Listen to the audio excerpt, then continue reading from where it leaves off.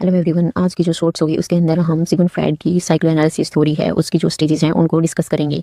जो psycho analysis theory है वो सिगमंड फ्राइड ने दी थी और उन्होंने बताया था जो बच्चे का विकास है वो लैगिंग तरीके से होता है। और उन्होंने एक टर्म दी थी लिबिडो। लिबिडो जिसका मतलब होता है कि जो व्यक्ति होता है उसके अंदर कुछ सेक्सुअल पावर होती है जिसमें उसको सुख की अनुभूति होती है।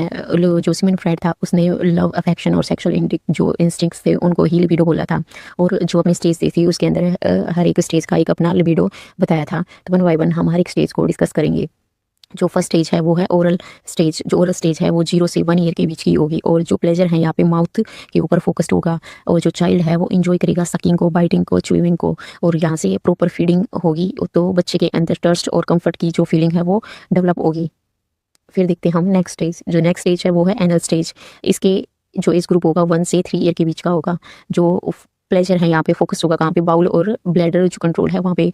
इसके अंदर बच्चा है वो टॉयलेट ट्रेनिंग को सीखता है। इसके अंदर इस स्टेज के अंदर जो सिगमंड फ्राइड था उसने बताया था कि 2 टाइप के बच्चे होते हैं। एक तो ऐसे बच्चे होते हैं जो अपने जो उसको जो मलमूत्र होता है उसको कंट्रोल करने की कोशिश करता है। और एक होता है सेकंड टाइप का जो चाइल्ड है वो अपनी जो मलमूत्र है उसको कंट्रोल नहीं कर पाता। जो कंट्रोल कर पाता है उसके अंदर तो क्या होता है कि डिसिप्लिन की जो होता है वो डेवलप हो जाता है। लेकिन जो नहीं कर पाता वो बच्चा क्या होता है, केयरलेस है। केयरलेस जो पर्सनैलिटी है उसको उसकी डेवलपमेंट हो जाती है।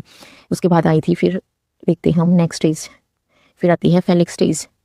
फेलिक स्टेज इसके अंदर जो प्लेजर फोकस होगा जेनिटल के ऊपर। जो बच्चा है वो डेवलप कर लेगा अट्रैक्शन टुवर्ड्स अपोजिट्स पेरेंट।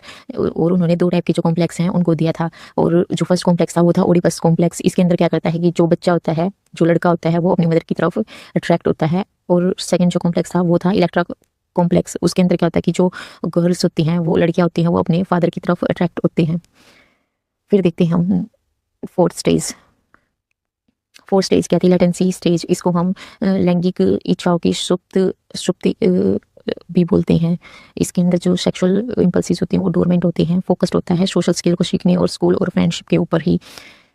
इसके अंदर कोई भी सेक्सुअल इम्पल्सिस नहीं होते। फिर देखते हैं हम लास्ट स्टेज।